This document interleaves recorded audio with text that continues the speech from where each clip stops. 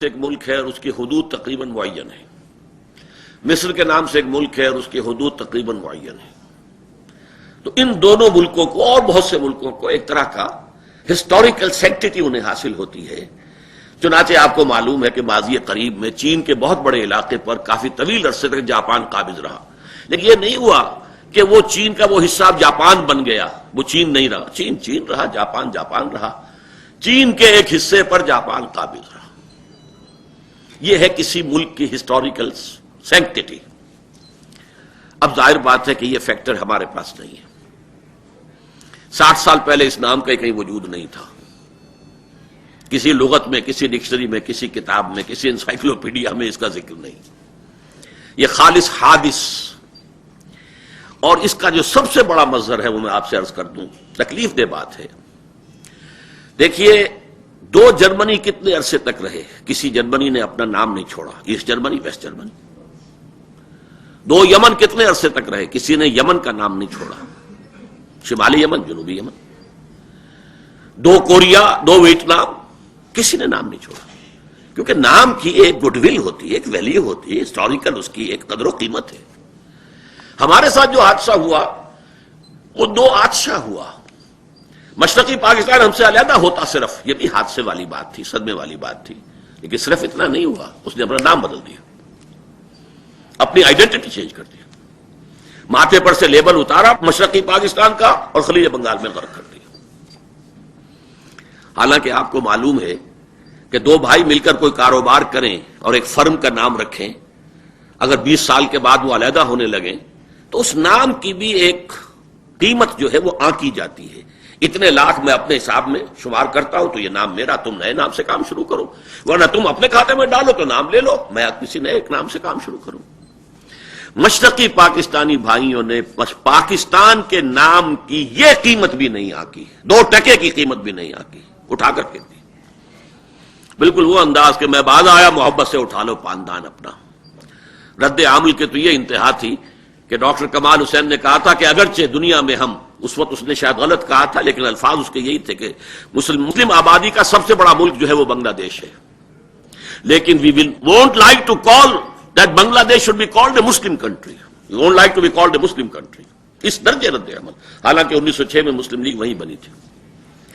تو یہ در حقیقت اس کا مظہر ہے کہ ہسٹوریکل سینکٹیٹی ہمیں حاصل نہیں. آگے آئیے، دوسرا فیکٹر ہے جغرافیائی. کسی ملک کی اگر حدود جو ہے وہ نیچرل جیوگرافیکل باؤنڈریز ہیں تو اسے ایک تحفظ حاصل ہوتا. اب آپ کو معلوم ہے علامہ اقبال کی اردو کی پہلی کتاب، اس کی پہلی نظم اور پہلا شعر، اے ہمالا اے فصیل کشور ہندوستاں، چومتا ہے تیری پیشانی کو جھک کر آسماں.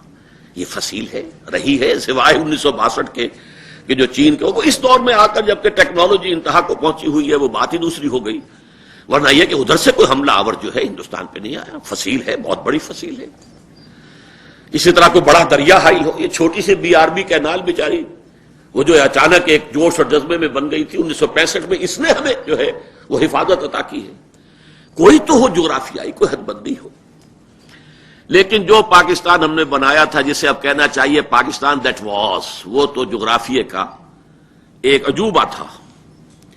2 خطے 1000 مائلز اپارٹ، بیچ میں سمندر ہوتا تو کوئی بات نہیں تھی جیسے انڈونیشیا کے جزیروں کے مابین ہے، بلکہ یہاں تو ہاسٹائل ٹیریٹری، پیدائشی دشمن جو ہے وہ درمیان میں حائل. پھر ذرا یاد کیجئے، مشرقی پاکستان بیچارہ 3 طرف سے گھرا ہوا تھا بھارت کے اندر، اور کہیں کوئی نیچرل باؤنڈری نہیں تھی، نہ کوئی بڑا دریا، نہ کوئی پہاڑ ہے، کچھ بھی نہیں. اور ویسٹ بنگال سے تو جو پیڈی فیلڈز ہیں وہ کنٹینیوس مسلسل چلے جا رہے ہیں. اب آئیے، چلیے اس کو چھوڑ دیجئے، وہ اب ماضی کی بات ہے. یہ پاکستان جو ہمارا ہے، واٹ ریمینز آف پاکستان، جسے اب ہم ریکنسائل کر چکے ہیں، پاکستان بس یہی ہے. اس پاکستان کو بھی اگر کوئی ہے سرحد کا معاملہ تو وہ نارتھ ویسٹ سے تو ہے، پہاڑ ہیں، درے ہیں، لیکن پہاڑ ہے. لیکن جو ہماری اصل جو سرحد ہے، جو اندیشے کی جگہ ہے، وہ تو ہے مشرقی بھارت کے ساتھ. وہاں کوئی نیچرل بیریئر، کوئی رکاوٹ موجود نہیں. پنجاب کے میدان ایسے کاٹیں جیسے کیک کاٹا جاتا ہے. آگے چولستان میں اور سندھ میں چلے جائیے تو سینڈ ڈیونز جو ہیں ریتوں کے ٹیلے جو ہے، ریت کے ٹیلے، وہ ادھر سے ادھر خود ہی حرکت کر جاتے ہیں، تو آگے وہ کیا لینڈ مارک بنیں گے اور کیا کوئی پروٹیکشن کسی کو دیں گے؟ تو جغرافیہ بھی ہماری پشت پر نہیں ہے، ہمیں سپورٹ نہیں کر رہا، ایٹ لیسٹ اگینسٹ بھارت یہ ہمیں سپورٹ نہیں کر رہا۔ اب آئیے ان دونوں چیزوں کی نفی کے بعد ایک شے ہے جسے ہم کہتے ہیں انسانی جذبہ، اور انسان چونکہ اشرف المخلوقات ہے تو انسانی جذبے کے اندر اگر وہ حقیقی ہو، واقعی ہو، تو اس میں بڑی طاقت ہوتی ہے۔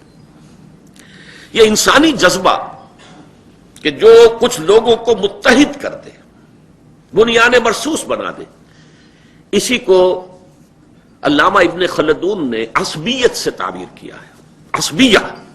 عصبیت، مضبوط عصبیت ہوگی تو وہ استحکام بھی ہوگا، ترقی بھی ہوگی، مضبوطی بھی ہوگی، دفاع بھی کر سکے گا اپنا، کوئی عصبیت ہونی چاہیے۔ اب عصبیتیں دو ہی طرح کی ہیں، یا قومی عصبیت اور یا کوئی دینی اور مذہبی عصبیت، دو ہی چیزیں ہیں، دو ہی دنیا کے اندر انسانی جذبے ہیں۔ اب اس میں ہم پہلے دیکھ چکے ہیں، قومیت کا جہاں تک تعلق ہے، آج بھی جیسا کہ میں نے عرض کیا، سب سے زیادہ پوٹنٹ نیشنلزم جو ہے وہ ریشیل نیشنلزم ہے، جس کی دو بڑی مثالیں دنیا کے سامنے ہیں۔ جرمنی ایک ملک ہے جو 2 دفعہ اس صدی میں تباہ ہوا اور دیکھتے دیکھتے دوبارہ اٹھ کر کھڑا ہو گیا۔ اتنی زبردست ری جنریشن کی قوت اس قوم میں کہاں سے آ گئی؟ وہ یہاں سے آئی ہے کہ جرمن نسل کا بچہ پیدا ہوتے ہی اس کے دل میں یہ بات ڈالنی شروع کر دی جاتی ہے، we are a superior race. یہ جذبہ ہماری نسل۔ دوسری مثال یہودیوں کی ہے، یہ اصل میں نسلی مذہب ہے، اور اصل میں اسرائیل ریشسٹ جو ہے اسٹیٹ ہے، اس کا کوئی تعلق مذہب سے نہیں ہے۔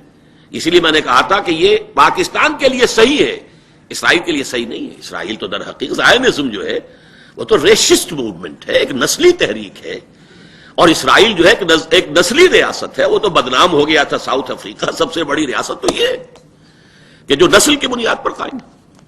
لیکن یہ کہ یہودیوں میں اس نسل کا پیدائش کے بعد سے بچے کے کان میں یہ بات پڑتی ہے، you are the chosen people of the lord, we are the chosen people of the lord. نتیجہ یہ کہ اس نسل کے اندر ان کی عصبیت اتنی مضبوط ہے، کیسے کیسے دور ان پر آئے، بہت سی قوموں پر اگر ویسے کیا اس سے کم تر مصیبتیں آئیں تو وہ نسیاں منسیاں ہو گئی۔ وہ قوم چلی آ رہی ہے، 4000 برس سے چلی آ رہی ہے، حالانکہ جو کچھ کیا تھا بیبیلونیا کے نیبوکڈنیزر نے ان کے ساتھ، کوئی اور قوم ہوتی تو اس کا نام و نشان مٹ چکا ہوتا۔ لاکھوں قتل کیے، لاکھوں کو لے گیا، 100 برس تک کیپٹیوٹی کے اندر پڑے ہوئے، یروشلم میں 2 اینٹیں سالم نہیں رہی، ایک انسان نہیں رہا۔ پھر کھڑے ہو گئے 150-200 برس کے بعد۔ پھر سائرس نے جب حملہ کیا ہے عراق پر تو اس نے کہا اچھا جاؤ تم جا کر اپنا دوبارہ آباد کر لو، شہر دوبارہ آباد ہو گیا۔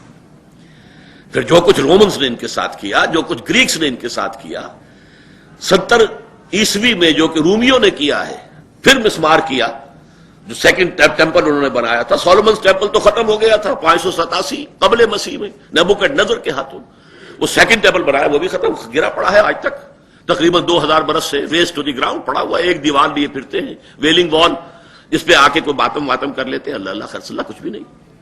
پھر کھڑے ہو گئے 2000 برس تک ڈایاسپورا میں رہے، ادھر ادھر منتشر، چلے جاؤ مشرق مغرب شمال جنوب جہاں سنگھ سمائے، یہ اس ملک کے اندر تم نہیں رہ سکتے، پھر بھی موجود ہیں۔ اور آج پھر ان کے اندر وہ طاقت ہے کہ سول سپریم پاور آن ارتھ جو ہے امریکہ، اس کی پالیسی کو کنٹرول کر رہے ہیں۔ فرنگ کی رگے جا پنجے یہود میں ہے۔ جب علامہ اقبال نے یہ مشاہدہ کیا تھا سن 5 تا سن 8، اس وقت فرنگ کا لیڈر برطانیہ تھا، آج اس فرنگ کی امامت امریکہ کے پاس ہے، اور یہ دونوں یہودیوں کے زائنزم کے سب سے بڑے اعلی کار وہ یا تو برٹن ہے اور یا امریکہ ہے، بلکہ امریکہ پہلے ہے۔ بہرحال یہ کہ ریشیل نیشنلزم آج بھی دنیا کی قوی ترین نیشنلزم ہے، but we don't have it. میں عرض کر چکا ہوں، ہم تو نسلوں کی کھچڑی بھی نہیں بلکہ اس کا حلیم ہے۔ نسلوں کی بنیاد پر یہاں پاکستان کی عصبیت نہیں آ سکتی، نسلی عصبیتیں ہوں گی تو وہ پاکستان کو ڈیوائیڈ کریں گی، تقسیم کریں گی، جمع نہیں کریں گی، مضبوط نہیں کریں گے۔ اب آئیے اگلی ایک اور بہت بڑی جو نیشنلزم دنیا میں اس وقت ہے، وہ لنگوسٹک نیشنلزم، زبان۔ زبان کا اشتراک بہت بڑی شے ہوتی ہے. انسان اپنے جذبات کا جیسا اظہار اپنی زبان میں کر